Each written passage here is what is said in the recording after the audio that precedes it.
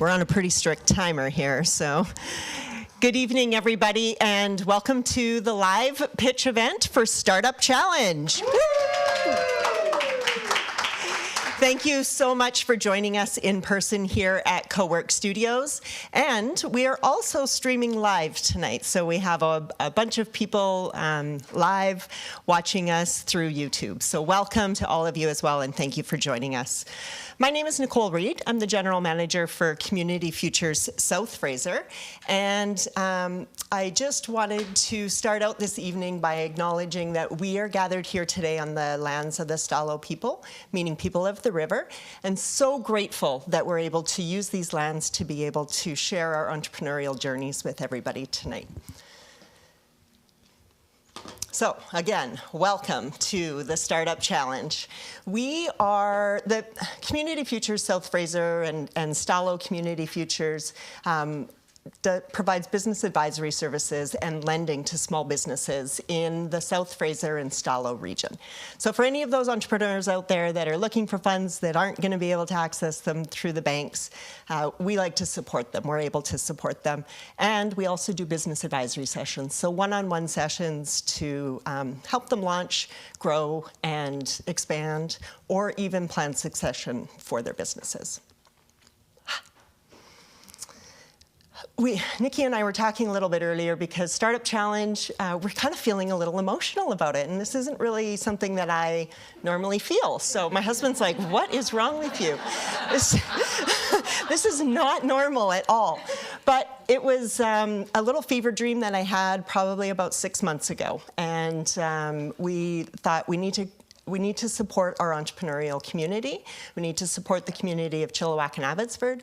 And we need to do that by building our entrepreneurial ecosystem here in this region. So with that came the opportunity to provide training through our weekly business lab to 15 entrepreneurs in the Fraser Valley.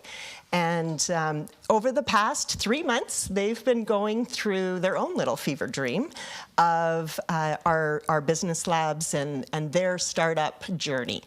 So congratulations to all of our 15 entrepreneurs that have made it to the finish here tonight. And all of them are with us this evening, I think minus one. And tonight you're gonna hear the top 7 finalists speaking to you about their project and their business. The other thing that we did when we realized Startup Challenge was a thing was we created Mentor Lab. And Mentor Lab was a group of 27 local business leaders that we brought in, provided training, and really helped to support the entrepreneurs within the community. So our local mentors have been working with our local entrepreneurs to support them in their entrepreneurship journey. We do have some of our local mentors here, so thank you so much for joining us tonight. And I think without further ado, I can introduce you to Sarah, who is our host this evening. So Sarah is the retail sales manager for 89.5 JR Country, and she loves working with new businesses and helping them shape their brand and their marketing message. She's lived in Chilliwack her whole life, and her husband are raising their 3 beautiful daughters here in the community that she knows and loves. Please help me welcome our MC tonight, Sarah. No, I got one. I know. I get to bring my own mic with me, so thank you to Nicole and Nikki and the entire team for letting me live out my Britney Spears fantasies tonight. Yeah, so thank you for that. I'm going to take this off my picture because it's not about me tonight. I'm going to quickly introduce you to our esteemed panel of judges. So they are the ones that will be listening to all of the pitches tonight and then ultimately deciding a winner. I believe everyone has a packet in front of them that also has all of the judges' bios, and it also outlines all of the great prizes that both the grand prize winner and also the People's Choice winner can win. But this is our judging panel here. So at the end, we've got Rocio Zielinski joining us from Stolo Community Futures. And sitting beside her, we have Danielle Beausoleil, who is a local realtor. And beside her is Kirk Zaman. I don't know why I said like he's my husband. He's the managing partner at Next Level Financial. And beside him is John Thomas. Oh, John, you had a long, here we go. Director at the Esposito Family Center for Innovation and Entrepreneurship. I had to write it down because that's a long one. And then, of course, on the end, we have Nettie Tam, who's the Business Development Manager at SEPCO. And Nicole's sitting at the end. She likes to say she's not a judge, but she is. That's right. She's a judge and judgy. So this is a quick little overview about our sponsors. You're going to hear more about them throughout the night, so I will not take up too much more of your time. And now on to the Startup Challenge. So what this is going to look like, you see a timer up there. It says 5 minutes. Each of our entrepreneurs is going to have 5 minutes on the stage, and it is a hard stop. So I have this, because that's what they're going to hear when their 5 minutes is up. So you can see the counters all over the room, and they have to follow that. So if they get to 5 minutes and they are still talking, too bad. After they are done their pitch, then they will have 5 minutes for the judges to ask them any questions. And again, we will hear that bell, and then that's it. We're going to move on to the next entrepreneur. So we're going to get through 7 pitches tonight. So if you want to do the math in your head, that's 35 minutes for pitches and 35 minutes for questions. And then we're going to have a 30-minute break after that, where the judges are going to go deliberate and come back and announce a winner. And during that time, don't worry, we will ply you with food and drink in the lobby. So make sure you join us out there. Thanks to Fresh Impressions Catering for having some hot appies and some drinks for us out there. So, are we ready to roll? People's Choice.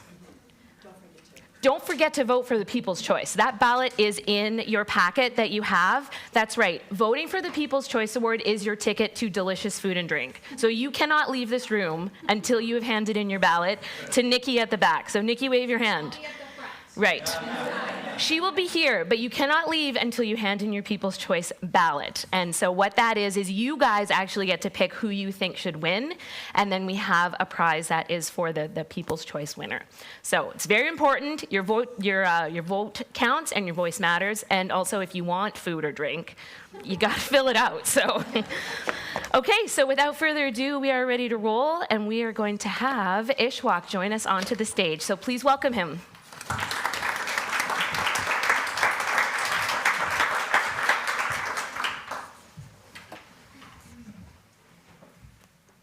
Hello everyone, it's nice to have you all here. My name is Ishwak Sharda and I'm the co-founder of Tiffinarka. Tiffinarka is a logistics software platform that is designed for tiffin providers. Tiffinarka will able to provide these tiffin providers a system that's able to track their subscriptions, orders, and their performances. Will allow their customers to make purchase on their platforms through credit card, debit card, e-transfer, or even Apple Pay. And next, it also gives an app that allows their delivery guys to follow and optimize routing, so reduce their costs. And lastly, it will give their customers an application through which they can see the marketplace and also make the purchases. Why did we make Tiffinarka? So our goal is to empower these tiffin providers so that they can worry less about the logistics and the management of their meals and their deliveries and just focus on getting high quality meals. And that also means that they can increase their customer base and therefore increase their revenue as well. So who are these tiffins? And who are these tiffin providers? A tiffin is an Asian version of bento box. So this bento box where you have a meal that consists in rice, you have curries, and sometimes even bread. And these meals will be delivered and also sold by these vendors called tiffin providers who sell these meals in a price range between $200 to $400. And this is pretty convenient for people who have a busy lifestyles, such as professionals and students. Next, the main problem that we are trying to solve is the logistical one. We know that these tiffin providers don't have a platform, don't have a software that they can use to manage their logistics, which makes their life way harder. We know personally one of the tiffin providers who had shut down their services just because the customer base became so big that they were not able to manage the orders and therefore they failed. And that's one of the reasons why we thought if they had this platform, they would be able to scale easily and efficiently. So for the launch, we have been working on Tiffinarka for the last 8 months. We have an MVP that goes beyond just a platform. We have a fully functional software. Our initial pilot market is going to be Abbotsford with more than 20 tiffin providers.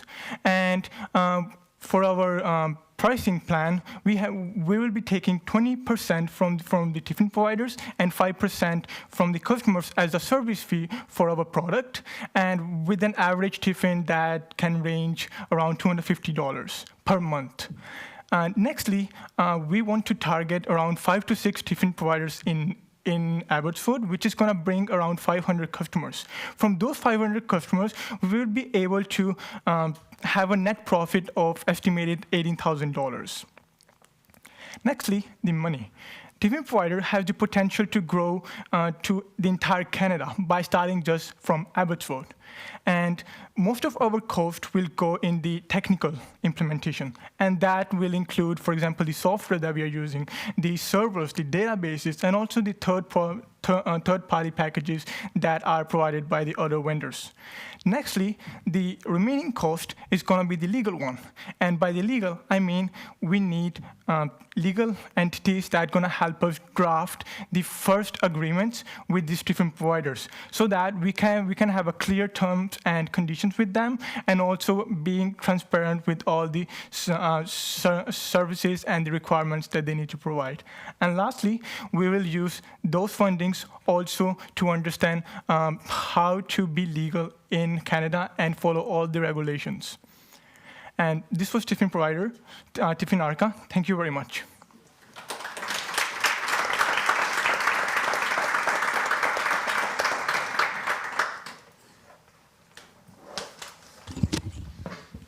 Okay, go ahead and start.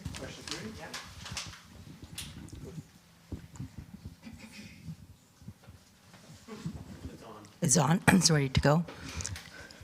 My question is, in terms of the providers for the food, I would like you to expand a little more how you're going to seek those providers. Sure. First of all, we are a logistical software that's going to be used by the tiffin providers. And these tiffin providers are already established with proper licensing, and most of them are actually restaurants. So therefore, going through this way of having these services which are fully licensed, you can make sure that you are actually compliant with all the requirements that the BC government, but the entire Canada needs from these services. Thank you.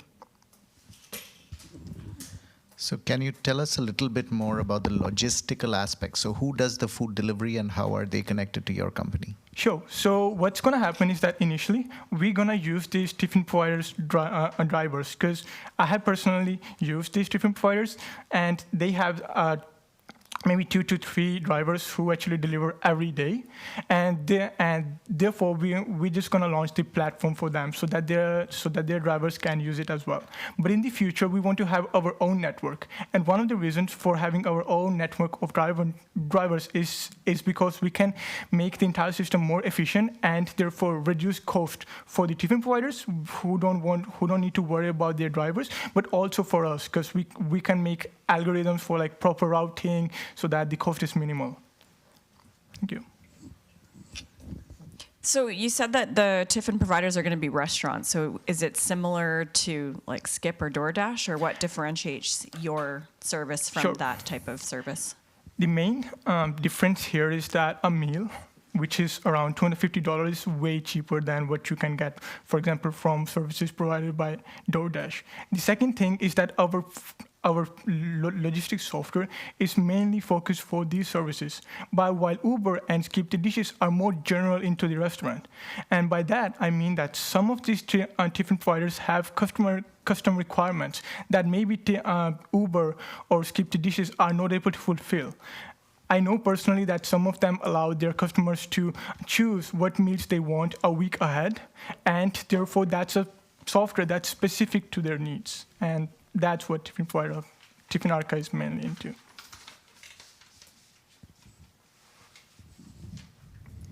Just your price on there. So you mentioned it was 20% of the Yes. bill, and then 5% for something else. For the customer. So I guess my question is, how does that compete with your competition, and how do you scale that as you grow to remain competitive? So one of the reasons why we chose like that exact value, 20%, is because, first of all, Uber has a higher percentage than what we have.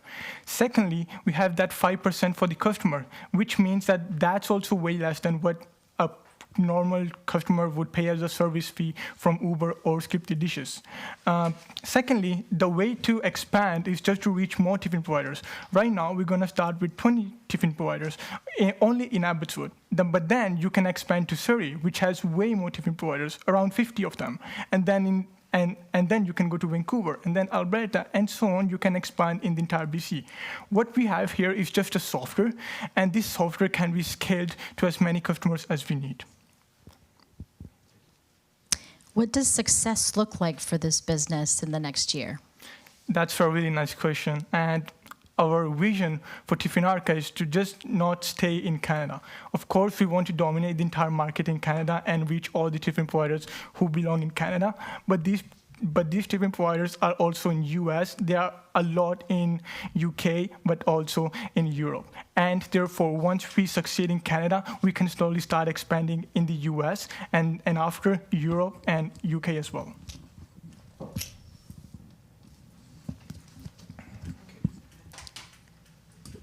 It seems like there's time for one more question. So can you tell us a little bit about your market research? You talk about tiffin providers, and you also use the term restaurants or vendors with licenses. How many of each have you spoken to, and how many of them have expressed an interest in joining your platform? For sure. So one of the tiffin providers, the first one that we talked to, was the one that actually failed. Because I was personally taking this tiffin provider, and they were really good. So I was kind of shocked that within 2 months, like I stopped having this service. And when I found out that they had this logistical issue, that's one of the reasons we came in January that, okay, this is a software that might be important.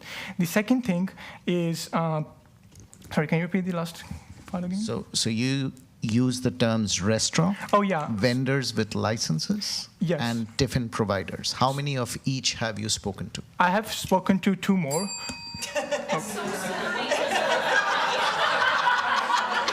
Thank you very much.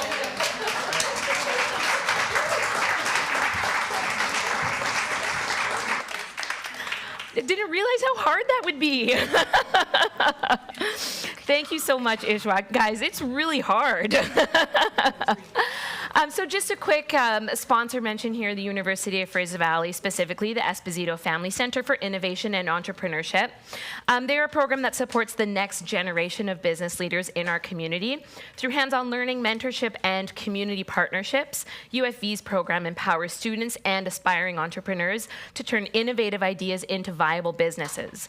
With a commitment to fostering local talent and sustainable growth, UFV's Innovation and Entrepreneurship Program is dedicated to building a thriving entrepreneurial ecosystem in Chilliwack and the Fraser Valley. So after I read a little bit about the sponsor mention, we also have some advice from the sponsor or the mentor that was involved in it. So this is from John. His advice to our local entrepreneurs is to be a problem solver. For entrepreneurial success, you can focus on these points. What problem are you solving? Who is facing this problem? Are they willing to pay for your solution? Is it a large and growing market? And how is your solution better than that of the competitors? That's excellent advice, John. Thanks. Okay, so next up to the stage, we're going to welcome Erin of Postcard Coffee.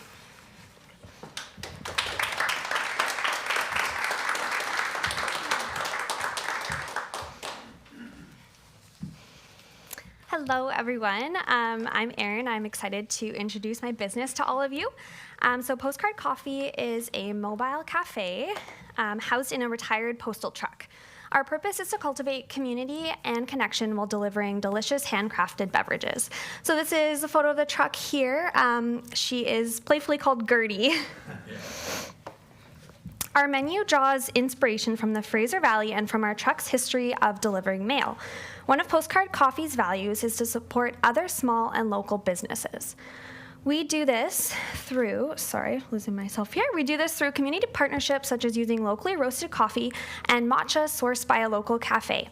We will also have a rotating selection of retail items from makers and artisans, and we'll partner with the business owners to share about our respective businesses.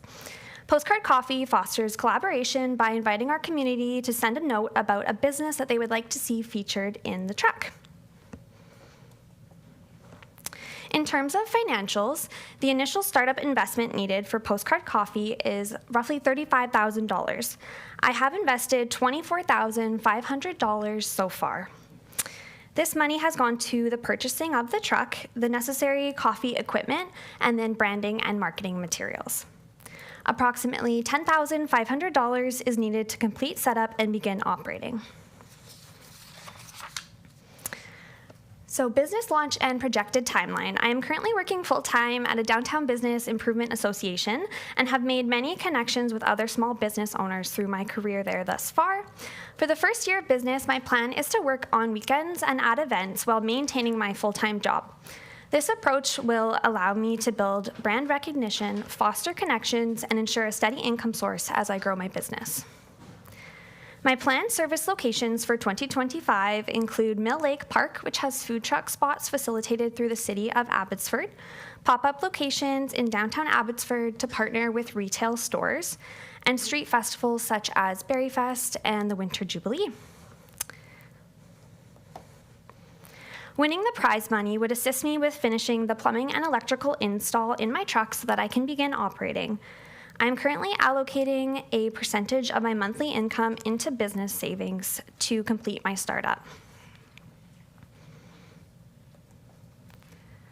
My business marketing channels include social media, cross-channel promotion through small business partnerships, events, and printed loyalty cards.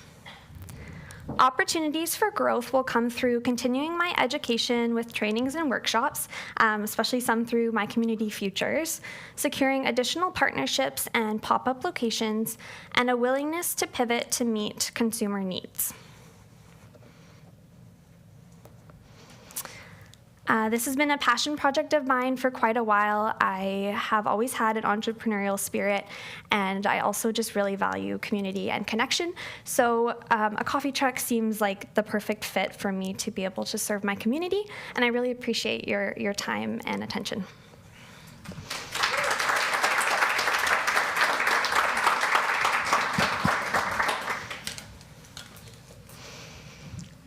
Thank you, Erin. How do you see this business growing in, say, 2 and 5 years? Yeah, that's a great question. In 2 years, I would love to be a permanent fixture at Mill Lake Park during their season that they have food trucks there. I often walk there myself, and I'm craving a warm beverage as I'm there. In 5 years' time, I would love to have a small team of people that I am overseeing and just really instill the values of a small town coffee truck, of connection and excellent handcrafted beverages. So I definitely see growth in the future, whether that comes to more locations for my truck and then bringing on a team as well. Thank you. Thank you. Could you tell us a little bit more about your market research? Yeah, so in terms of my community in Abbotsford, there aren't really any coffee trucks, but Chilliwack is booming with them. So I do know a couple of the owners of the trucks there and have some good relationships. I really value collaboration over competition. So it's been great to chat with them about how their business is doing. And so I've done market research with that. Similar vein, but as competition grows, like you mentioned, there is lots of places booming with coffee trucks. How are you different than the rest of them? Yeah, so for one, with Gertie, my truck being an old U.S. postal truck, and Postcard Coffee really tying into the theme there of postal service, mail service, and then the Fraser Valley. We also would bring in local ingredients and partner with local businesses as well.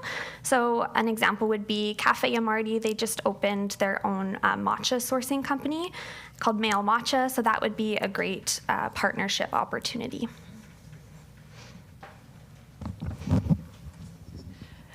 As far as, I think I asked you this before, but I'm still a little bit unclear. So your market research was conducted essentially in Chilliwack and Abbotsford. Yes. And your goal would be to start up in Mill Lake initially. So what are the costs as far as licensing, parking? What does that look like permit-wise? Yeah, I'll actually go back a few slides. So for Mill Lake, that's facilitated through the city of Abbotsford. So they charge a one-time $100 Parks and Recreation fee for the full season, which is roughly May, June to October. And then they have an external food truck organizer who filters through the trucks, and then they would take a percentage of the revenue, so typically 5% to 15%. And then for just operating, I would have all of my fire permit approvals, Fraser Health approval, and the tech safety as well. And then for downtown Abbotsford, it would be a highway use permit, which again is through the city of Abbotsford. So that's $110. And basically they just want to make sure that you're protecting the streets wherever you're parked and that you have any permits that are necessary.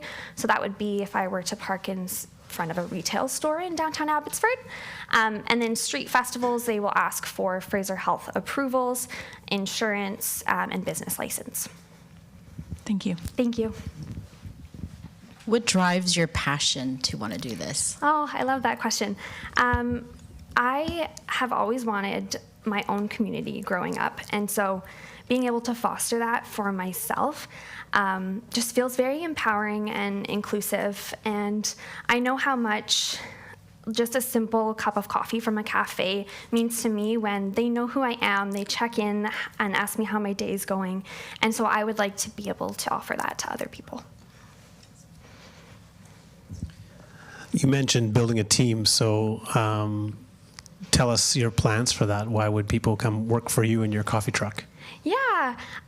So when I told my friends about wanting to launch my coffee truck, I was working at a local cafe at the time, and I had a couple people say that they were interested in working with me, and I think it's because I offer just an inclusive, fun work atmosphere and don't take myself too seriously.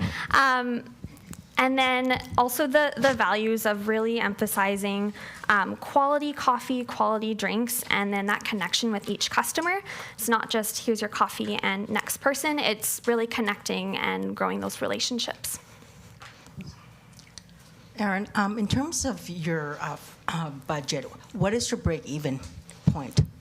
Yeah, so I did a rough calculation of expenses and revenue, and so for the first year, just expecting to start up, gain the clientele, establish myself, and then ideally I would be working full-time with my coffee truck.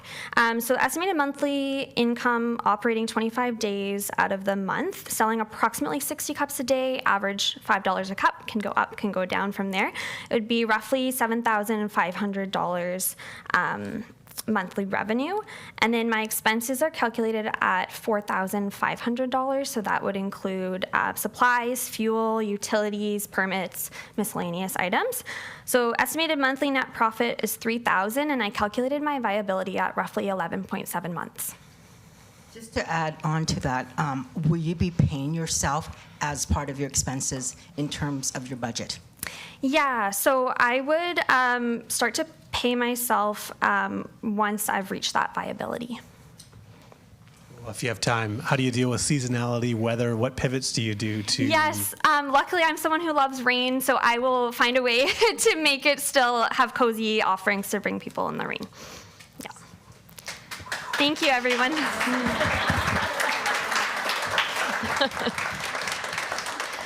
If everyone could just do that and finish right before 5 minutes so I don't have to like ding them. Yes, perfect. Thank you so much, Erin. One more sponsor mention for you, Danielle Beausoleil, this lovely lady sitting in the front seat in the front row here. Danielle is a local realtor committed to supporting local entrepreneurs and the growth of small businesses in our community. With deep roots in Chilliwack, Danielle brings her real estate expertise and community-minded approach to help people find not just properties, but places to live their dreams. Known for her personalized service and strong local market knowledge, Danielle is dedicated to making home ownership and real estate investments accessible and meaningful for residents. And Danielle's advice to entrepreneurs is, entrepreneurship is a journey of resilience and adaptability. Focus on solving real problems with a clear vision, but remain flexible enough to pivot when needed. Surround yourself with people who challenge and support you, and never underestimate the power of consistency and learning from failure. That is excellent advice. Almost like you've been through it. So please join me in welcoming our next entrepreneur to the stage, Sunny Jewell.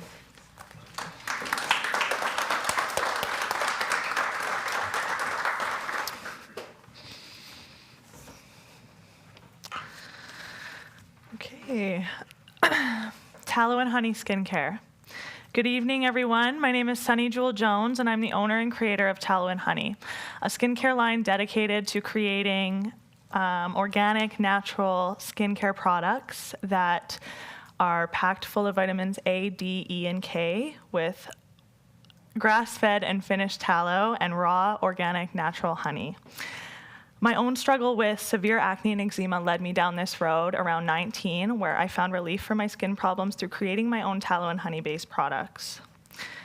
In today's skincare industry, we face a huge lack of transparency. The average woman applies over 500 chemicals to her face daily just through simple washing and moisturizing, and that is before we even take a second to think about all the products we put on our face for makeup. How many chemicals are in those? Many of these chemicals are linked to hormonal disruptions and allergies, as well as long-term health risks. These chemicals are also going to unbalance the endocrine system, which is responsible for creating and releasing all of your hormones. Many of these products offer quick fixes, but no true solution, which can leave consumers frustrated and vulnerable, also leading them to trust brands that prioritize profit over health. No need to fret, though. Sorry, guys. That is where Tallow and Honey steps in. We have clear and precise ingredient labels that show exactly what are in our products. We designed all of our products to repair and rejuvenate your skin's natural barrier. We are actively working to ensure all of our 13 products comply with Canadian labeling standards, and we take great pride in our ethical sourcing, commitment to quality, and our customer trust. With our skin being one of our biggest organs, Tallow and Honey products are crafted not only to repair and rejuvenate, but to empower you to feel good about what you're putting on your skin.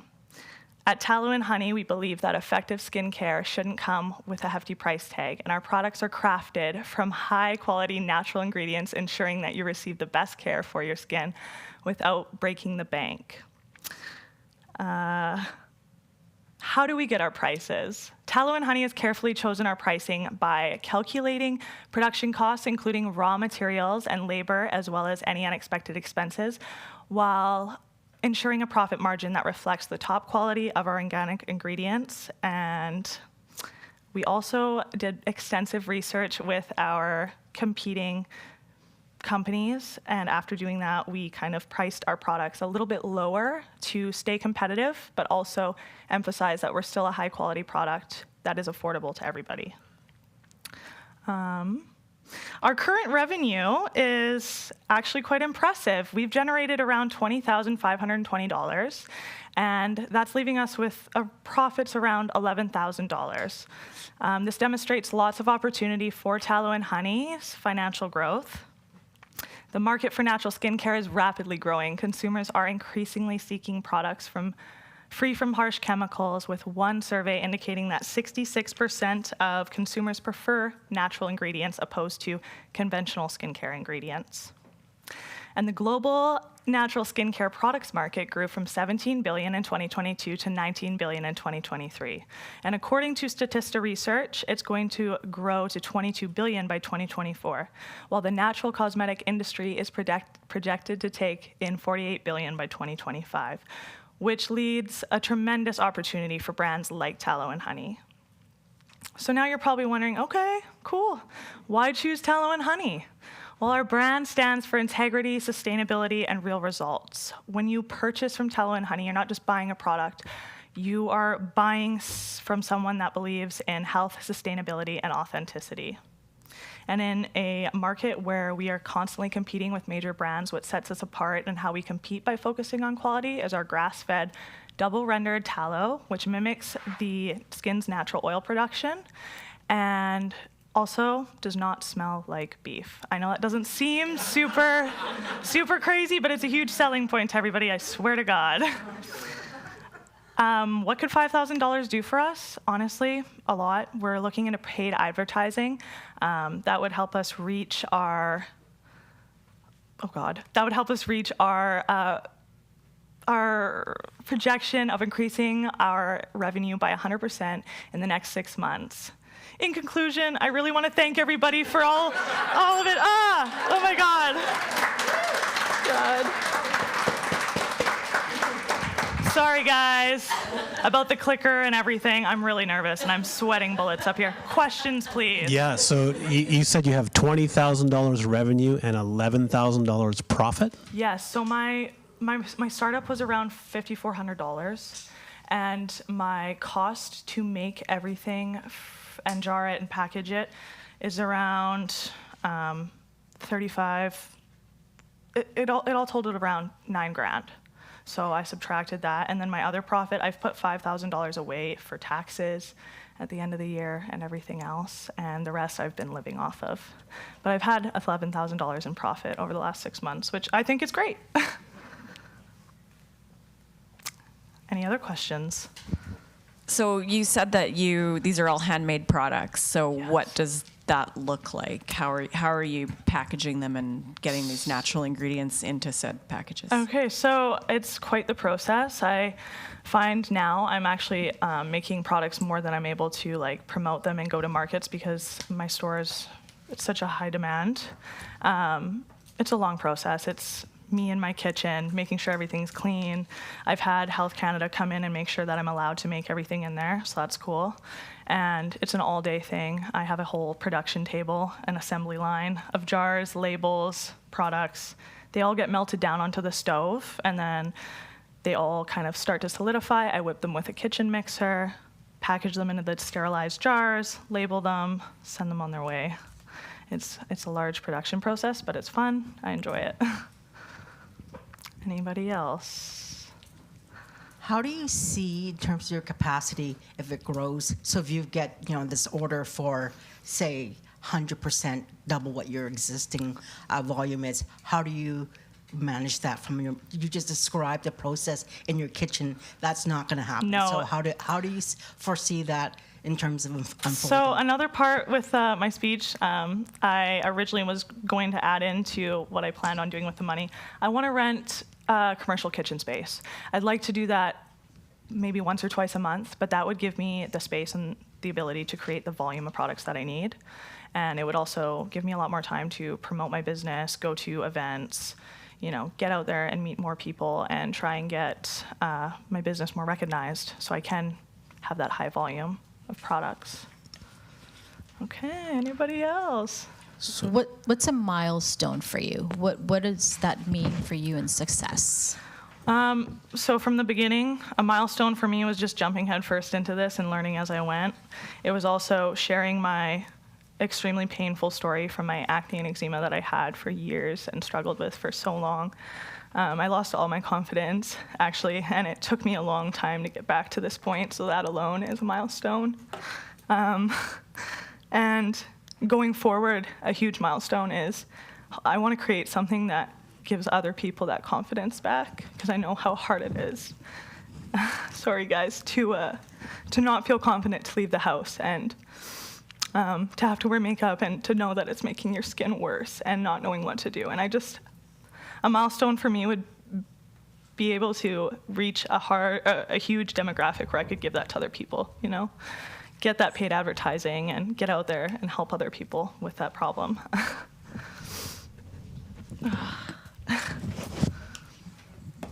What role does technology play as you scale? So the whole paid advertising thing, that's what I keep going back to because I've looked into it, and there's a few other companies that have been started before my business, obviously, and they're doing really well, but I see their ads on Instagram, Facebook, they're everywhere. And as far as technology goes, I think the advertising and internet is a huge thing that's really going to boost my business. As far as like equipment technology-wise, if I get the industrial kitchen, they'll have everything I need there, which is great. So that's kind of all I have foreseen so far, making the most of it. Okay, let me try a quick question. Okay. So tell us about competition. Okay, so a lot of the competition that I deal with is obviously bigger name brands, and one of the things that I find their issue is all of their stuff smells like beef. And I've had so many people come to me and be like, oh my God, your stuff does not smell like beef. I love it. So that's what sets us apart. Okay.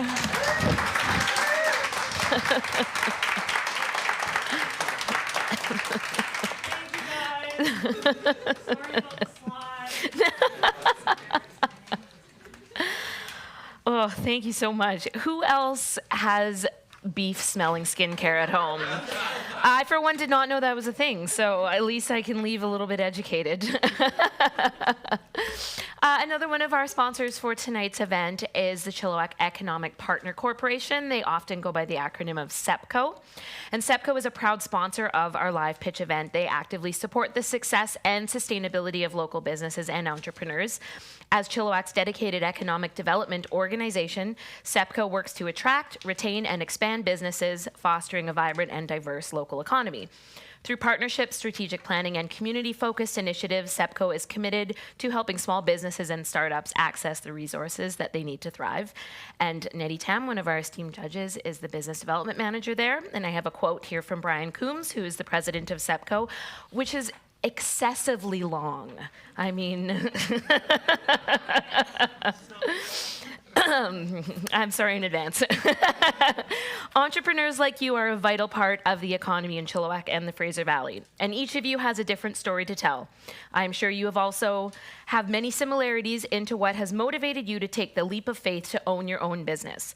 To be a successful entrepreneur, you need to be a leader and create a visionary that focuses on what is possible, not the inevitable challenges that will come your way.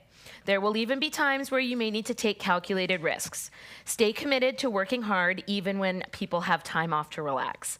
There is no such thing as a 7.5-hour workday when you are building a successful business. Each of you deserves to be celebrated for your willingness to pursue your business ownership dreams. We need people like you in our community, and thank you for all you do. Okay, I take it back. That was very nice. So next up, please join me in welcoming Katie to the stage.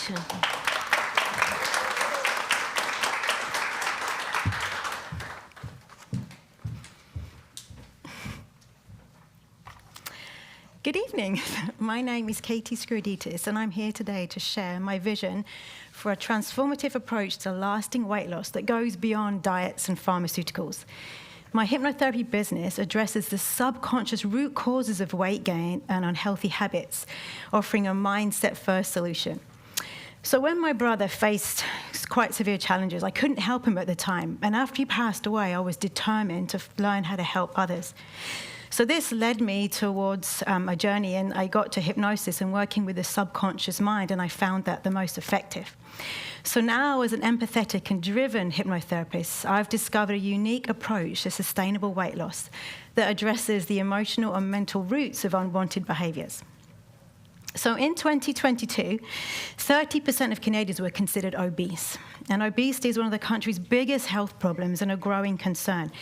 And by 2030, approximately 35% of Canadian adults will be obese.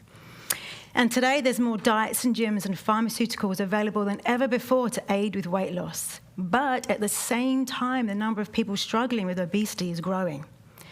So Canada's weight loss industry is saturated with diets that don't work. And my challenge now is to stand out and demonstrate that my mindset-first approach to transformative change, it works because it addresses the root cause of struggles.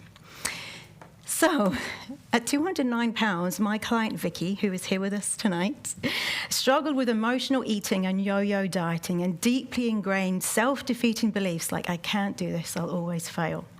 And through the trial run of my Dietless Life program, she uncovered the subconscious root cause of her setbacks and reprogrammed her mind with empowering beliefs. And this mindset transformed her relationship with food, but with herself. And so following the program's principles, Vicky not only lost 6 pounds during the program, but it sustained her progress, achieving a total weight loss of 29 pounds by a year later.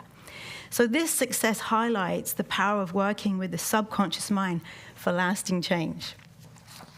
So here are my services that I help people with. So the way I do that is by doing group programs, working with clients one-to-one as well, and workshops. And very soon, clients will be able to access ongoing support through a private membership and through self-led online courses and more targeted hypnosis audios for different challenges like depression, anxiety, and quitting smoking. So my timeline for year one is divided into 4 phases. Phase 1 started last night, where I ran my first event to create awareness for my programs. And through December, I'll build more awareness with a content-driven social media campaign, email marketing, webinars, and networking. And then phase 2 emphasis are really on attracting one-to-one clients, like updating my website with testimonials and launching a Google Ads and an SEO strategy. Then phase 2 introduces a second group program, my exclusive membership, workshops, and social media ads. And then phase 4 expands into the third group program, more workshops, and the introduction of passive income streams like self-led courses and hypnosis audios. So my year one revenue goal is $73,000, and that's really driven by a mix of group programs, workshops, one-on-one coaching, and passive income streams. So that's really to ensure a diversified and maintainable income.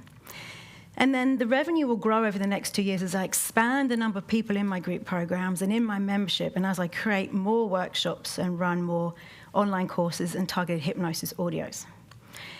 Expenses-wise, I've already invested just over $6,000, which covered training and website fees and insurance. And my expected expenses are around $17,000 to include the workshop costs, marketing, and SEO expenses. And my overheads are pretty low because most of my work is done online. So I do project a net profit of $49,000 in year one, really ensuring a strong foundation for growth in years 2 and 3. With regards to the prize money, I would like to invest into helping with marketing and growing awareness. So it's really about focusing on getting more one-to-one clients and increasing visibility across the Lower Mainland. So this will include updating my website and incorporating professionally edited video testimonials to build trust and credibility. And then I'll invest in SEO to optimize my site for Google searches, ensuring that people can find me. And I'll hire a specialist to help with a Google Ads campaign. So the plan is to really have a professional online presence to drive organic traffic and convert visitors into clients, and to get my services out to the community to be able to help as many people as possible. So thank you for your attention.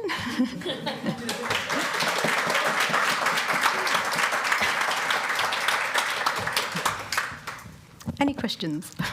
Yeah, sure. Just there was a price or a projection there for expenses for one-on-one office rental. It seemed low. Can you explain that? Well, around 3/4 of the clients I work with online. But sometimes individual clients prefer to meet me in person. So there is a space that I rent at the Co in Chilliwack, and I just pay for like a couple of hour rental fee when needed. Okay. So most of them are online, though. So you're a solopreneur. Yes.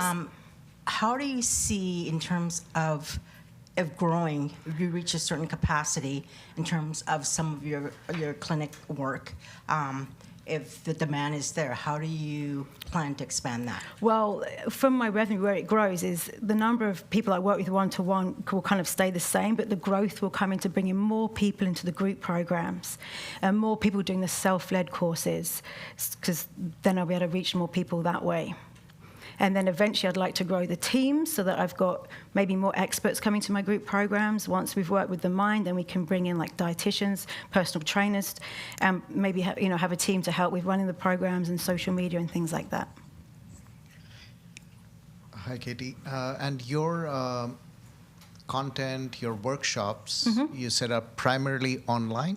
Yes, so I've got my first one actually on Sunday evening, if anyone's interested. It's Overcoming Sugar Cravings.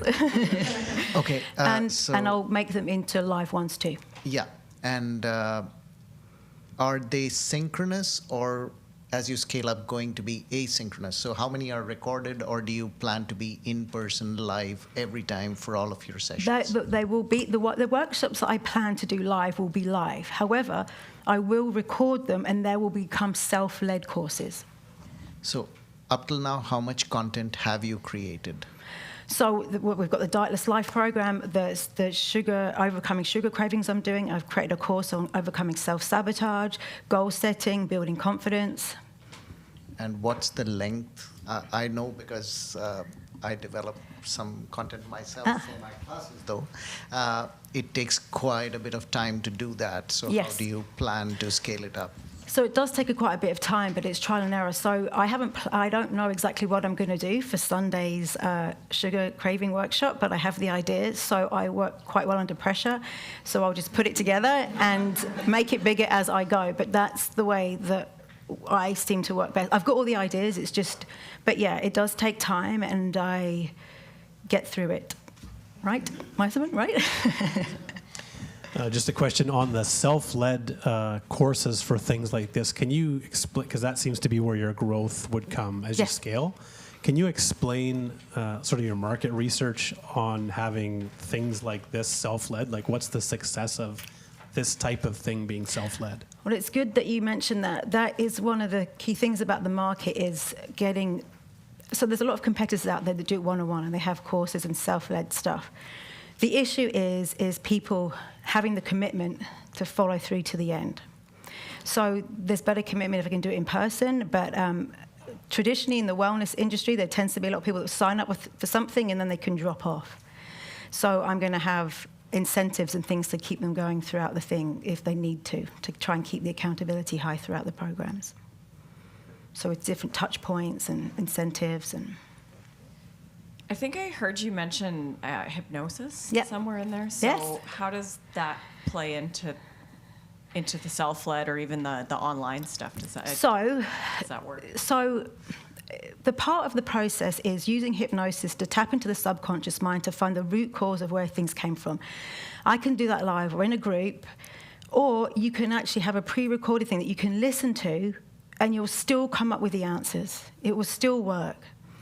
And so then the second part of it is reprogram the mind with positive suggestions through hypnosis. So that's a recording, an audio that can be listened to reprogram the mind. Thank you. How do you compete with all of the other people online? Well, I think I'm going to start to get the foundation right and start with local. Really, really focus on the local market. And really using testimonials from real life examples of people that have had the results and spread that message to really stand out that it's about the mind first. Okay, thank you.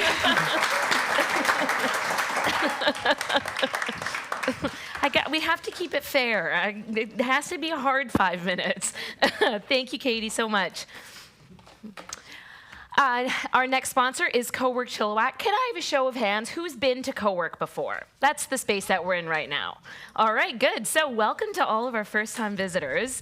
I hope you were blown away by what this space has to offer.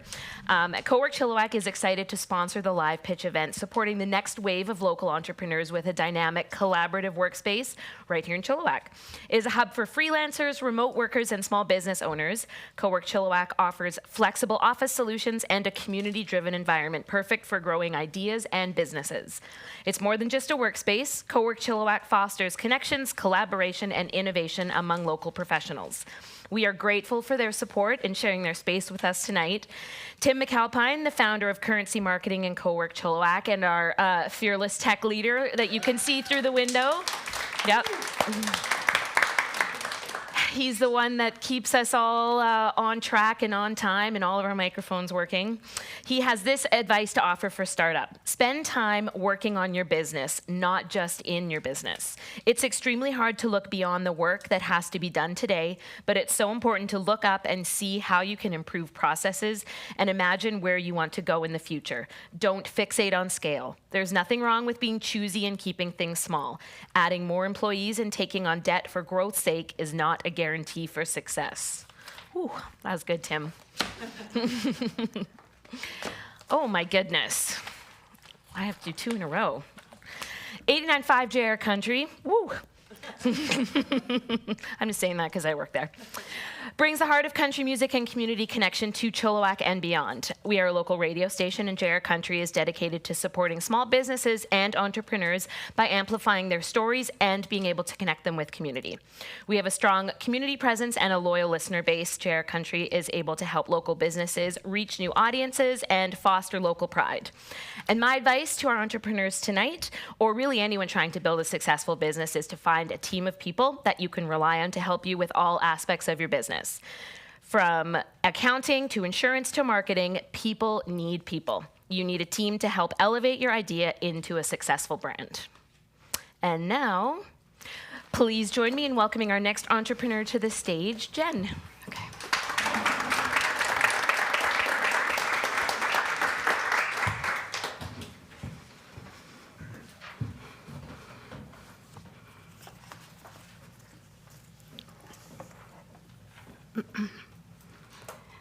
Good evening.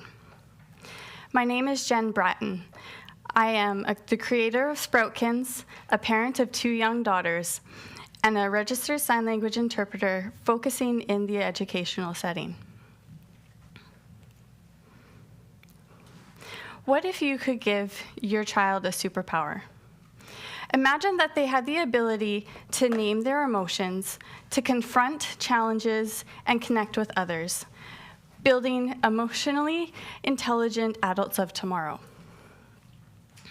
I just wanted you to take a look at this stat for a second.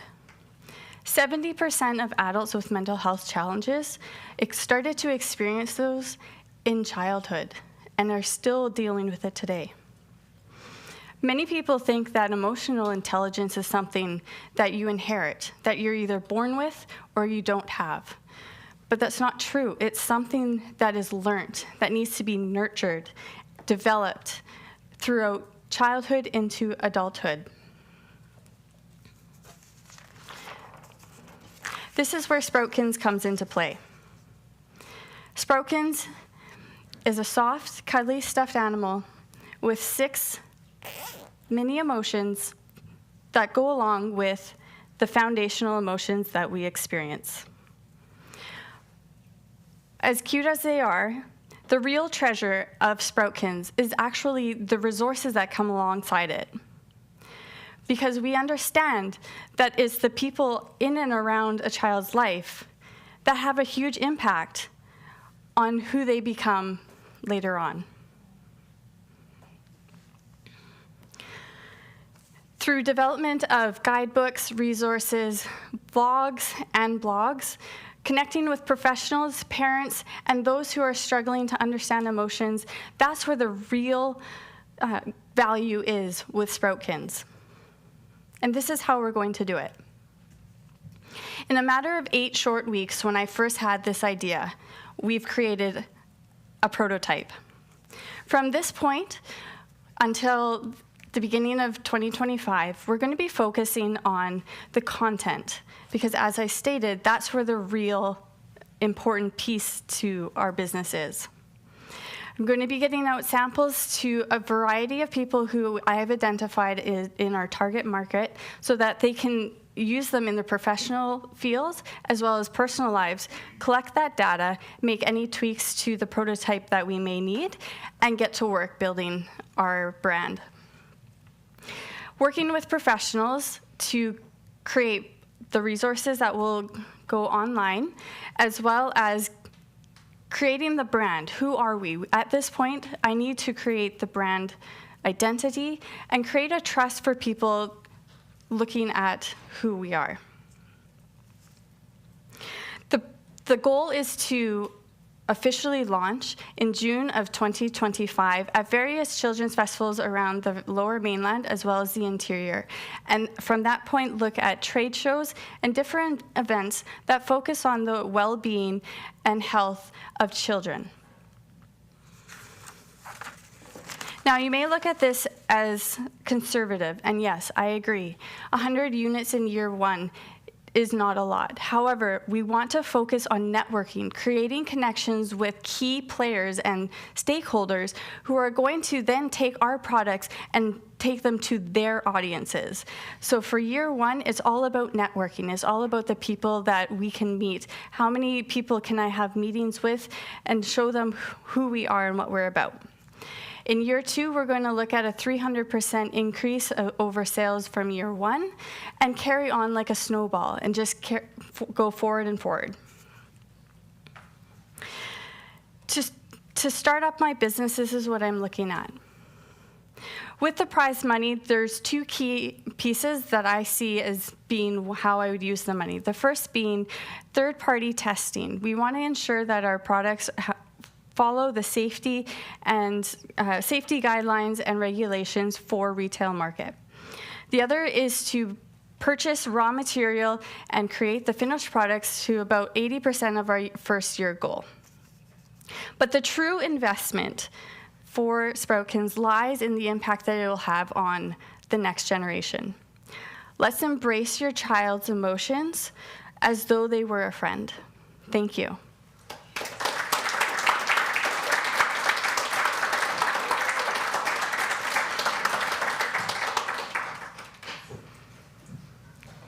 How would you spend the $5,000? So the main part would be the third-party testing, because we want to make sure that these are going into the hands of young children. So to ensure that we are certified through safety as well as the design piece, that would be the first one. As well as being a product-based business, inventory is key. It's all about managing your inventory, and so the other piece of the prize money would be used to create that first go of products for market. Where are you getting your products from? So the first second 2 years, I'm looking at having them done locally, hiring, subcontracting local talent to produce our products. With the prototype, there's a pattern that's being created. And so keeping it local for the first 2 years until it makes sense to move it overseas or somewhere else. That's going to help with obviously cutting costs, but at this point it doesn't make sense. Can I just add on to that? Sorry. So when you say keeping it local, can you just qualify that? So hiring people in the Lower Mainland who will be able to sew the final products. A couple questions. Is there competition for something like this? Yes and no. No, because there hasn't been a company that has taken a plushie or a stuffed animal and combined it with changing emotions. So as you can see, there's the ability to take one heart and put it into the other. And so no, in that regard. There's a lot of technology.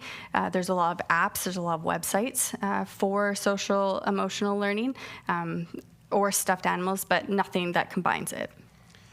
Just looking at your projections, what are you going to do if this blows up? Like, what if 1 million people want this? Oh, that's a really good problem to have. So the reason in year 3, I'm looking at about 500 units. Once I get to the point of needing 500 units or more, that's when it makes sense to hire overseas or a manufacturer at that point. I can get the cost down about 45%. But in comparison with such low order quantities to begin with, they're almost on par. So, as a professor, I'm always thinking about content creation. Of course. So, I want to better understand when you will start your online resources and website. Is it in year 1? Is it in year 2? What are the costs? Who will do that content creation for you? So part of it is going to start right away in 2025. So the focus so far is in the 8 weeks have been create a brand, create a product.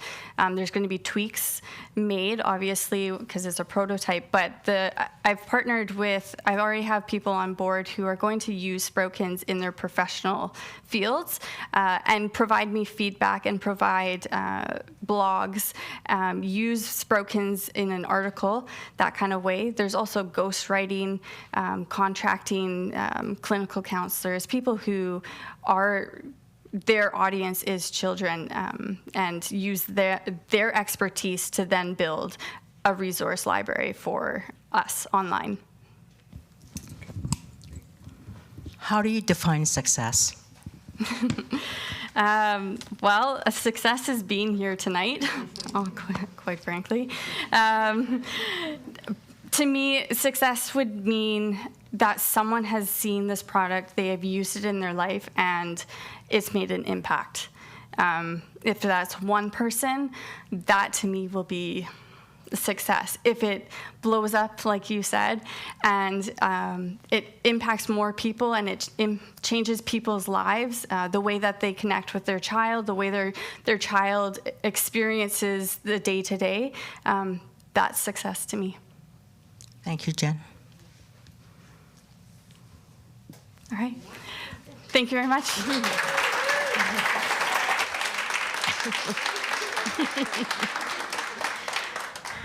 She needs a minute. She has to take all her emotions with her. I think you should leave one up here. Or one should have been up here at the beginning for everybody. Thanks a lot, Jen. That was great. Our next sponsor here is Waterstone Law Group. Waterstone Law Group is a proud sponsor of the Live Pitch event, bringing years of legal expertise and a commitment to supporting local businesses and entrepreneurs.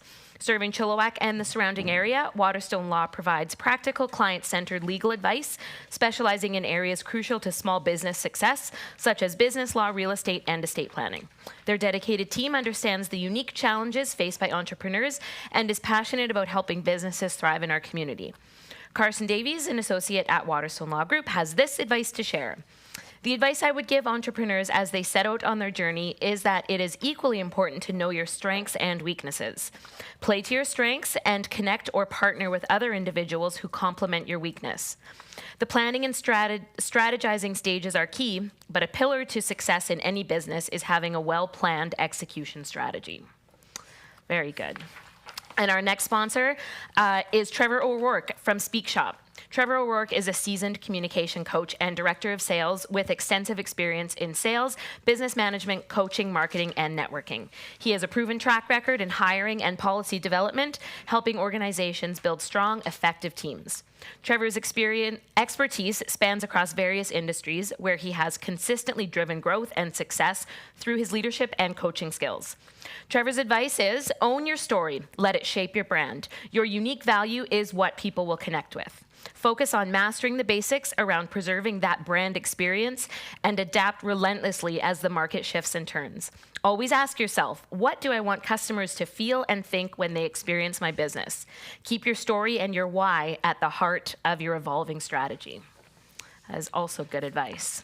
So next up to the stage, please join me in welcoming Nazreen.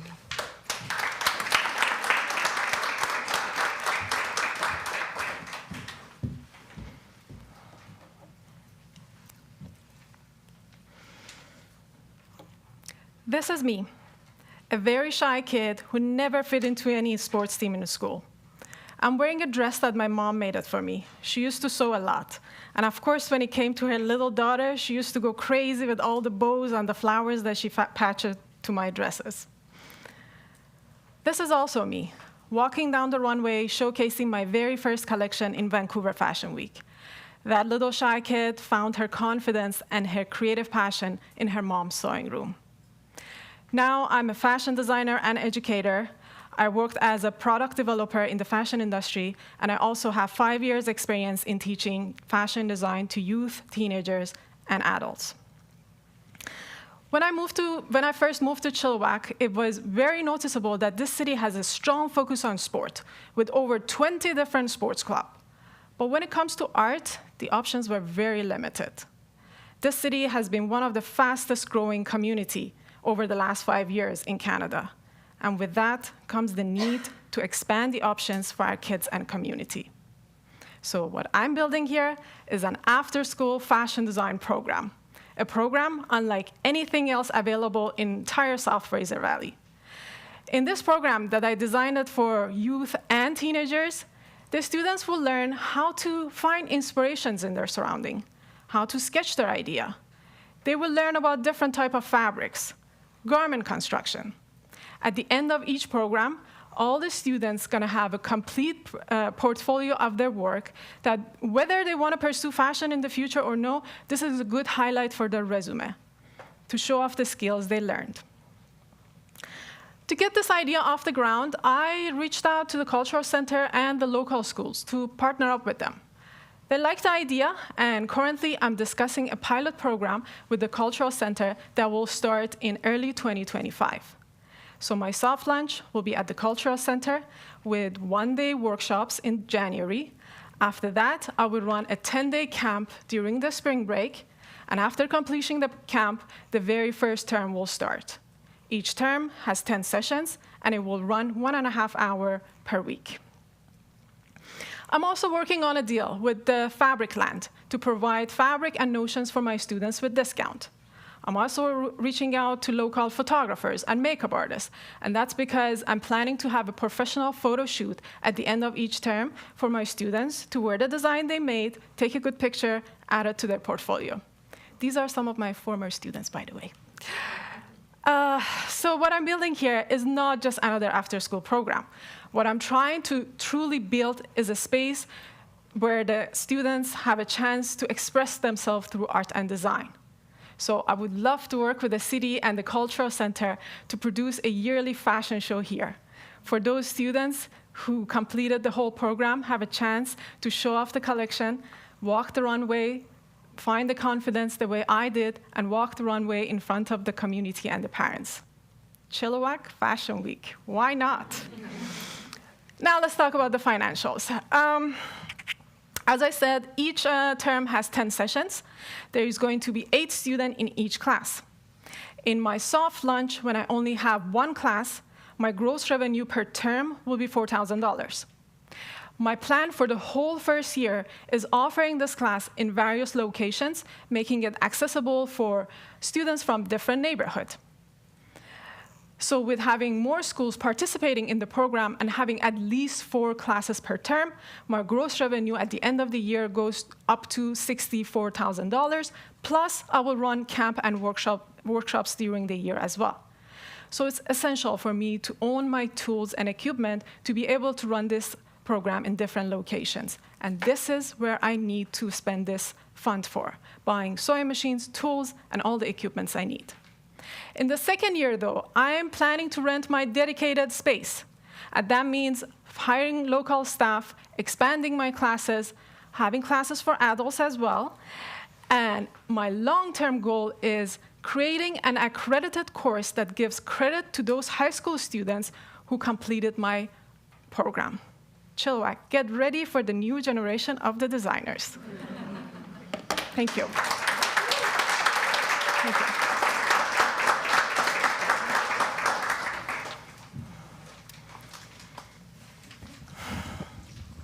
Did you design the outfit you're wearing right now? That was the only question I wasn't ready for, but yes.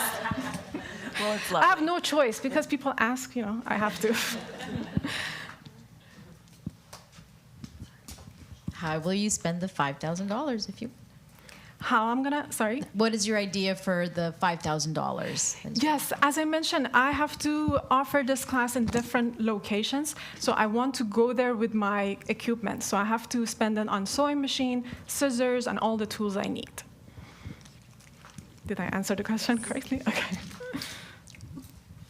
How do you define success? Success. Well, business-wise, I want to hit my target, which at the end of the year, I want to have at least 4 classes per term, and that means having reached out to as many schools as I can. But from my heart, I actually want to create a space that the students can feel the way I felt about art. I want them, if they can't fit into those like sports team, I want them to have a space that they can express their individuality through my program. That's the success for me. Okay. Nasreen, you mentioned that you might be able to offer these classes in school settings. Mm-hmm. So what is the process like to get into a school to teach as an external person? Can you tell us something about that process? Of course. I already reached out to schools, and I offer this as an after-school program. So it's a unique program that the schools, they already don't have it.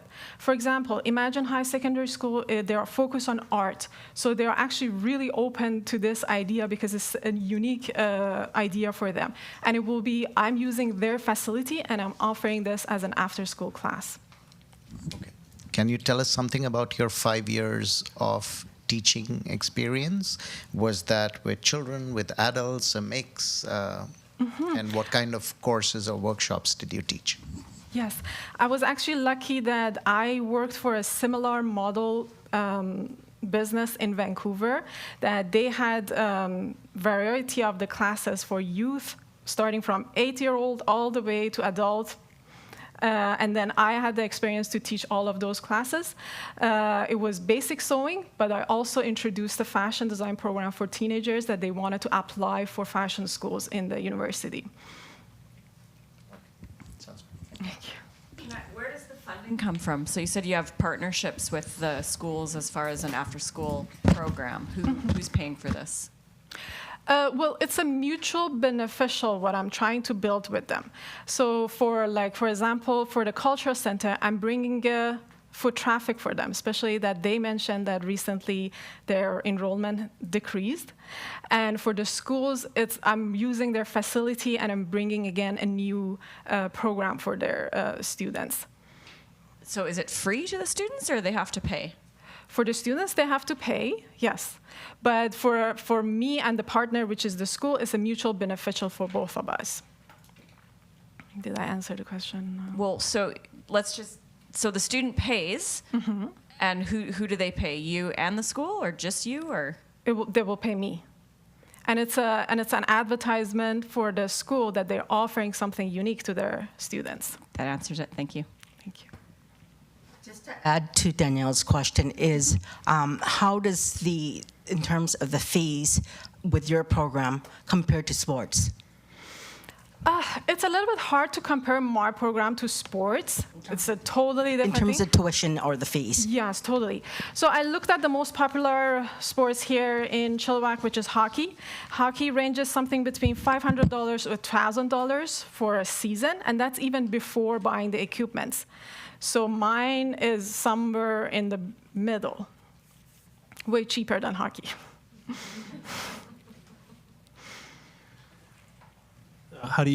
What's your capacity, or like how do you grow beyond you doing everything? That's my long-term plan for year 2. I would love to have my own space, and that means expanding the classes. Then I will hire local staff to have multiple classes at the same time. But yes, I can't do without the help when I have my own studio.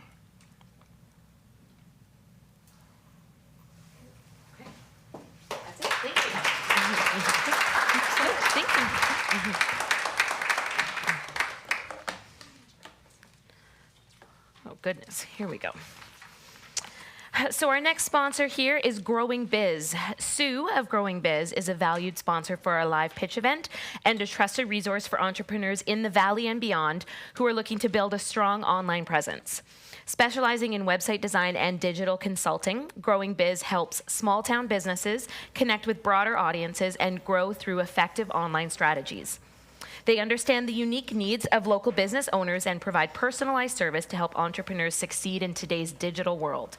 Sue's advice is the keys to business success in her mind are the following. Give customers what they want. In other words, deliver on your promises. Exceed their expectations. Give them more than what they expect by delivering quality work or products on deadline and before, ideally. Treat them like they are special because they are. And if you don't, your competition will. Oof. Sue, okay. MNP Chilliwack. MNP is a trusted local firm in Chilliwack offering accounting, tax, and business consulting services to support both businesses and individuals. MNP helps clients with everything from everyday bookkeeping to navigating complex financial decisions. Their team is well versed in the needs of Chilliwack businesses, whether in agriculture, construction, real estate, or professional services. Everyone needs an accountant, guys. MNP is deeply committed to local success, providing guidance tailored to the unique challenges and opportunities facing businesses in our area. Brad's advice for entrepreneurs in the Fraser Valley is this: persistence and adaptability are key. Challenges are inevitable, especially during these changing economic times, so stay resilient. Learn from failures and keep adapting to the environment around you. Work towards surrounding yourself with a supportive network of the Valley, other Valley small businesses, including mentors, advisors, and peers, who can offer guidance and strategic visions applied to our community. So thank you, MNP. And please join me in welcoming our next presenter to the stage, Jennifer.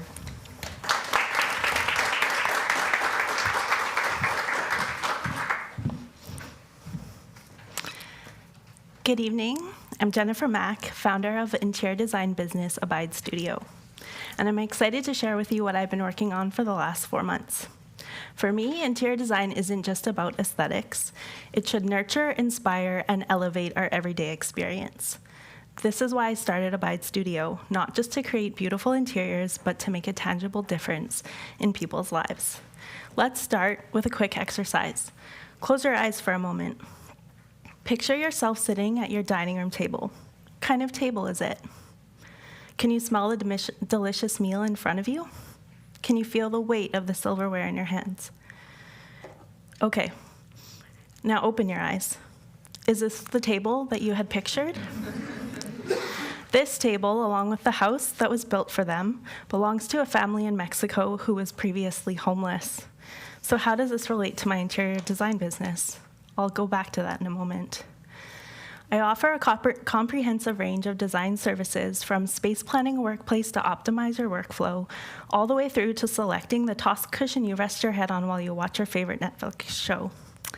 But I believe that interior design business can be bigger than just aesthetics and function.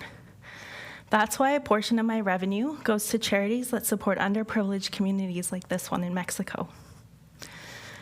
The demand for interior design is growing, especially since the pandemic. As more people work from home, houses need to be multifunctional and businesses need to support hybrid-friendly models. My services can help with both.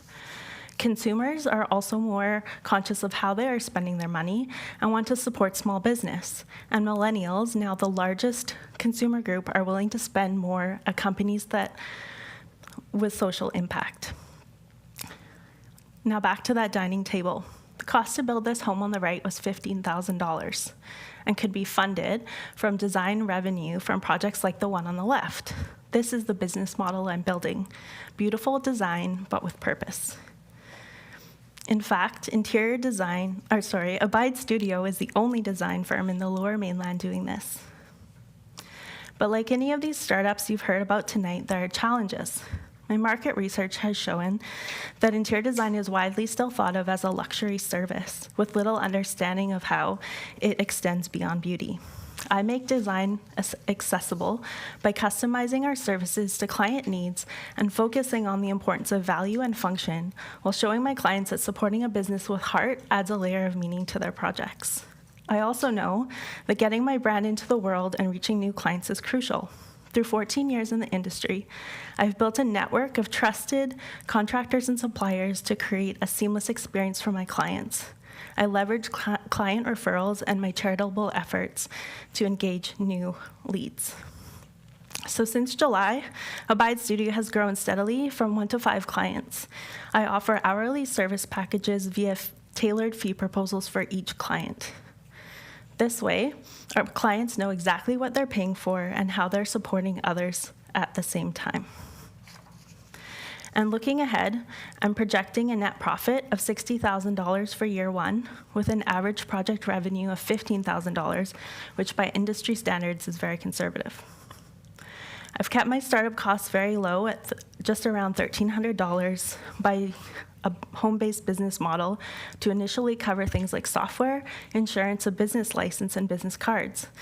As I scale, I'm prepared that I will need to spend more money on marketing and software while still continuing to meet my minimum 10% charitable giving goal.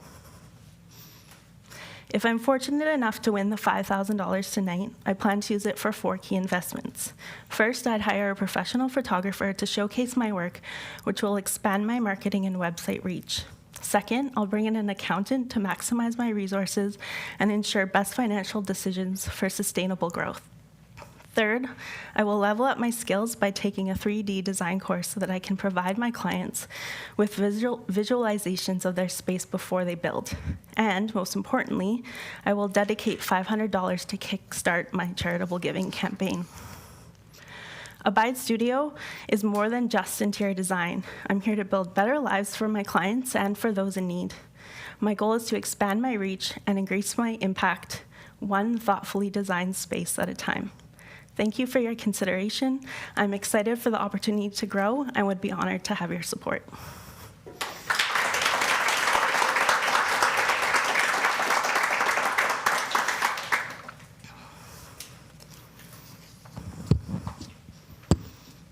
I beat you.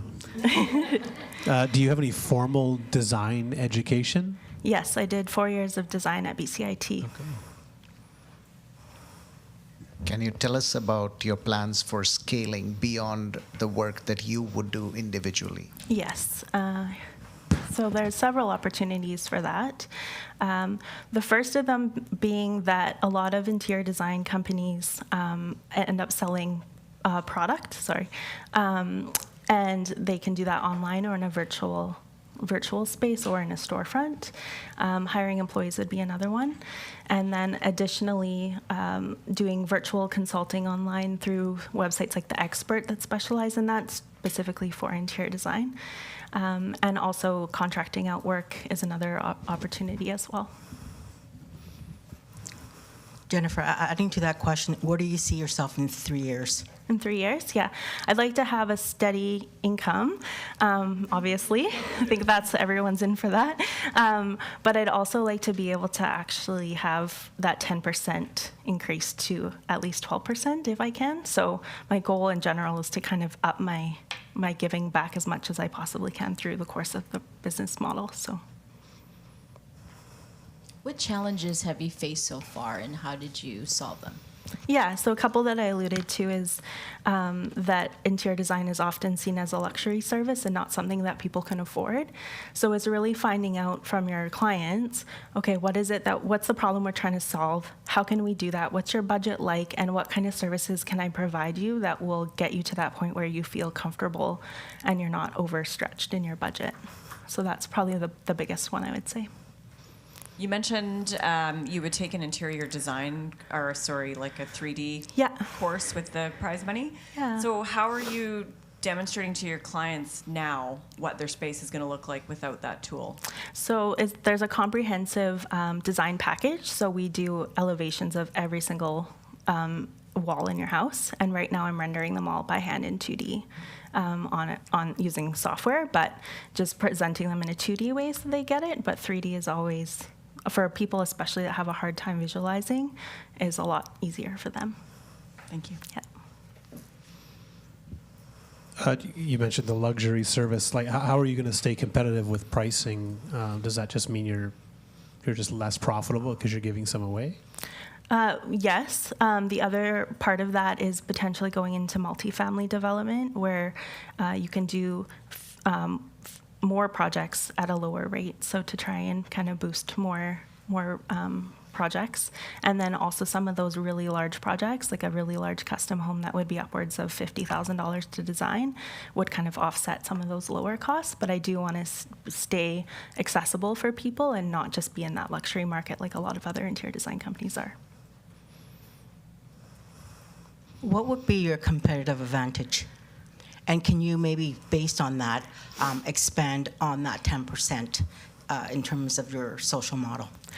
Yeah, so if I understand, I would say that because no one else has this model, that would be the edge is showing people how if they design, yes, they might be designing a luxury home, but they have that opportunity where they don't actually have to donate the money because I'm doing it, but they're still getting to make an impact in the world based on their project, and they can buy into that, and potentially they can see the home that's built for the family that they've designed their house around. So.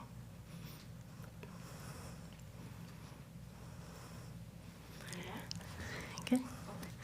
Yeah, just you touched on how you'd spend the money. Can you just go into more about your sort of long-term marketing plan? Yeah. So basically, my first thing next year that I'd like to do is to partner with developers that work into multifamily housing, and then definitely need to amp up my social media and website content. So that's where the photography comes in. I have worked in the industry, but I can't use any of the pictures that I have from previous projects because they're copyright to those employers that I worked for. So getting that up and going is probably the number one key because people want to see what you've done in the past. And then attending network events to kind of get more contacts going, and then also applying for design awards also would help. So that gets you exposure in magazines like Western Living, where people see you're more visible, or House and Home. Yeah. Thank you. Thanks.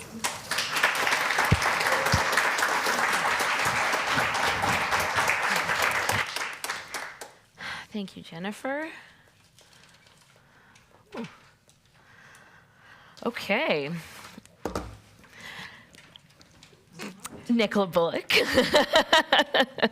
who is really one of the driving forces behind this event tonight and what happens at Community Futures. So thank you. You're often behind the scenes, but I'm going to read this long, lavish information about you, so soak it in.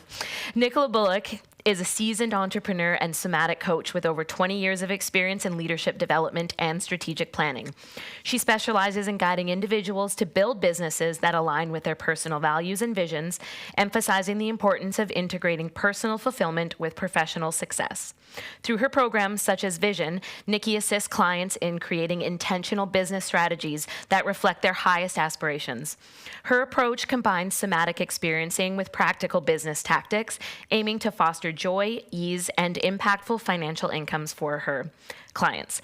Nicholas says, if I had to give you 2 pieces of advice as you begin your journey as an entrepreneur, it would be to develop your intuition. There's a lot of noise in the entrepreneurial space, but your intuition knows the path that is best for you and for the vision that you hold for your life. And never underestimate the power of surrounding yourself with people who believe in you. Oof, that's good.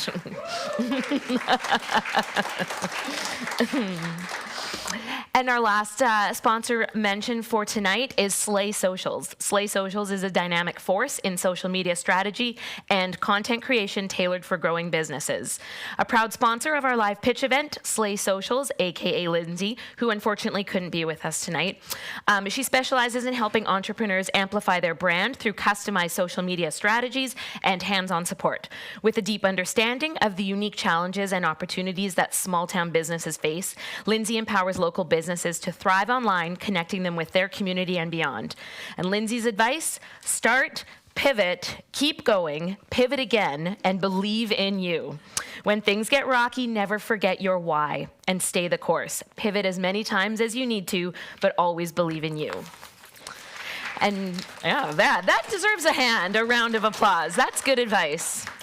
And with that, we're going to bring our last entrepreneur to the stage. Oh. Jokes, you guys were done. Listen, I'm a little disappointed how smoothly it went because I have a whole page of jokes I was gonna use that's actually called filler. So I'm really proud, so you guys are gonna get one. What kind of pants does a psychic wear? Paranormal pants? Duh. Okay, well, I laughed really hard at that this morning. I was quite pleased with myself. So we are all finished. Congratulations, all of our finalists are up there. Congratulations, you guys. It's over. You can breathe a sigh of relief. You all did wonderful. So thank you for joining us in fostering this space and the innovation and being able to support entrepreneurship in our region. One quick mention: who has their People's Choice ballot?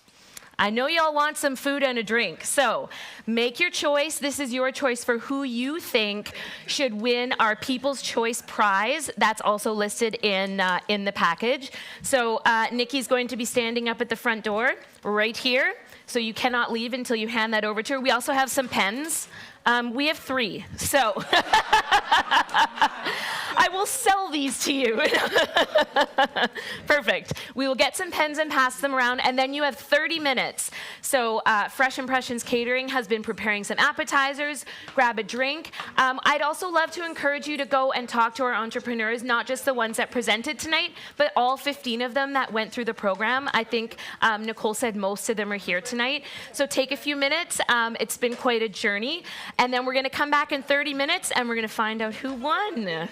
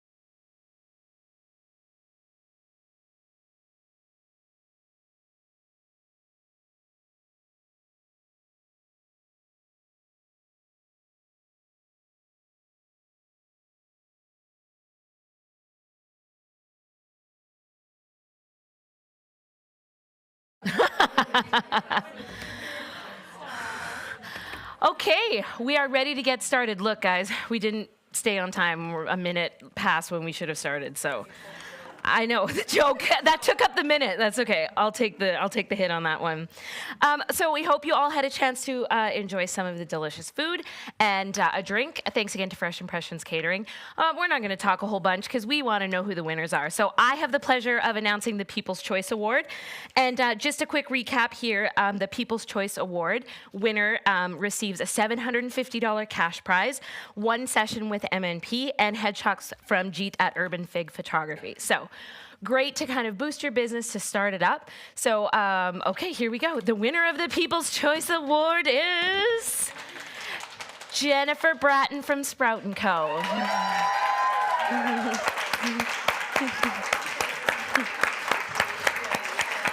Congratulations. Are we taking her? Good, thank you. Yeah, congratulations. Oh, you should. Yeah, you should do a speech. I don't know. We're making it up as we go here. I don't know. Congratulations. Yes. There should be like music. I know. Would you like to say anything? We need fanfare. You want to say thanks to all your Yes, they got some famous people? pictures. People that I just want to thank everybody who's been a part of this journey, family, friends, people at Community Futures as well. I never viewed myself as an entrepreneur, and I'm still struggling to identify myself as an entrepreneur. But since this experience, I'm going to take this company and run with it, see where it goes. So thank you, everyone. You're up. I'm going to move this. Okay, this is so exciting. So before we get to the grand prize, because, we have to wait just a little bit longer, I need to say thank you to a bunch of people that have really helped out here. So I'm going to start with my judges. I've really appreciated the time and the commitment that you've made. I had Nettie and Danielle and John and myself working with all 15 entrepreneurs about 2 weeks ago. And so I just really have appreciated the time and effort that you've put into it, and the wisdom that you've brought to the table has been invaluable. So thank you also to our 2 new guest judges that we had tonight, Kirk and Rocio, for just jumping in and not knowing any backstory and asking great questions and providing valuable feedback in the room. So deliberating was a little messy back there. They were fighting and there was really struggling. So I would like to present you all with a bouquet of flowers. Thanks, Daisy. And these are flowers from Fairfield Flowers. There you go. Yes. Well, hold that thought, because I also want to say thank you very much to Sarah. So jumping in tonight, being our MC this evening, bringing some fresh face and entertainment and Nice, good thank you. jokes. Yeah, thank you. Classic, really classic Nice, dad thank you. jokes. So wait, what color did you get? Okay, let's Oh, yes. change it up. Nice, thank you. Thank you, Sarah. I Thank you. appreciate it. And I think I have 2 more to give out. So my 2 main squeezes at Community Futures these days, it feels we do a lot of different programs together, and I'm just really grateful for the time and effort that you put into all of our to all of our entrepreneurs. I know there's a lot of extra time and a lot of extra things that are going on. So thank you both, Daisy and Nikki, for all of the effort that you put here. Thank you.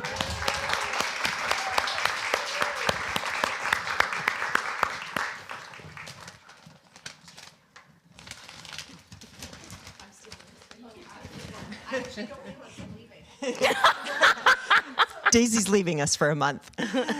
And finally, as part of our team at Community Futures, and the person that has created the pitch deck tonight, she created the Mentor Lab logo, the Startup Challenge logo, and your entire booklet this evening. Our team member, Julia, who's hanging out in the back there. And I just we couldn't do this without all of the work and effort that you have put into this. So thank you so much.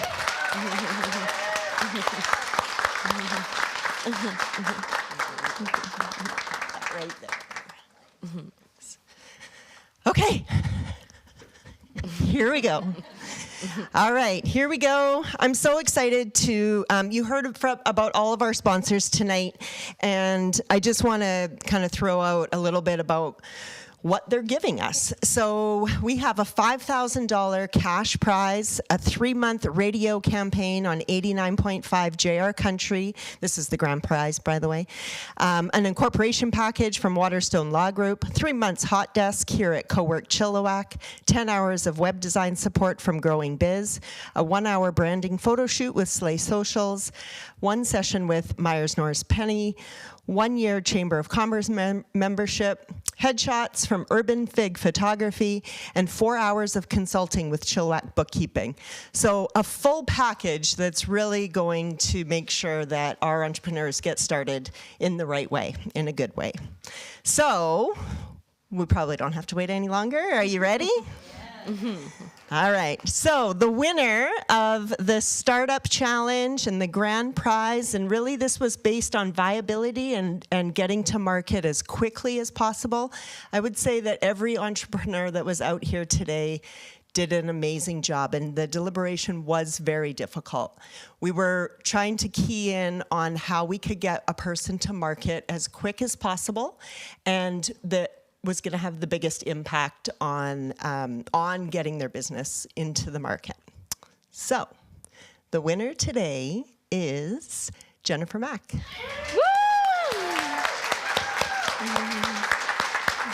And Abide Design Studio.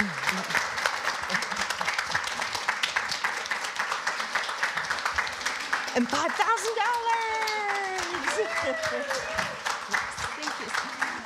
All right, we'll take some photos. I'll put this down. Thanks, Nettie. Got it, Nikki? She's coming. Keep smiling, keep smiling. Awesome. All right.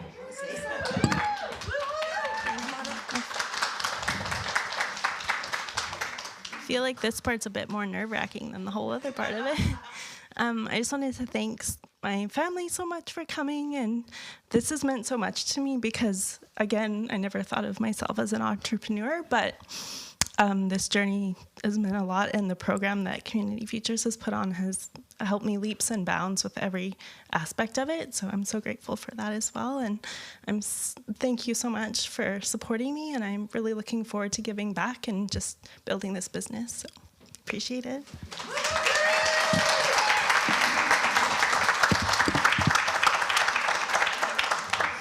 I would love to finish. I'm gonna. And now I have 17 more jokes. No, I'm kidding. It's past her bedtime. Just thank you all so much for being here, even just taking your time out to come tonight. Everyone has really busy lives, but you chose to be here with us tonight, and that's really special. Also, I mean, shout out to our 40 online viewers. Somebody was blowing up the comments, so, I mean, 40 extra people. I mean, it really goes to show how valuable local business and entrepreneurship in Chilliwack is. So thank you all so much for doing your part. And that's a wrap for the Startup Challenge. So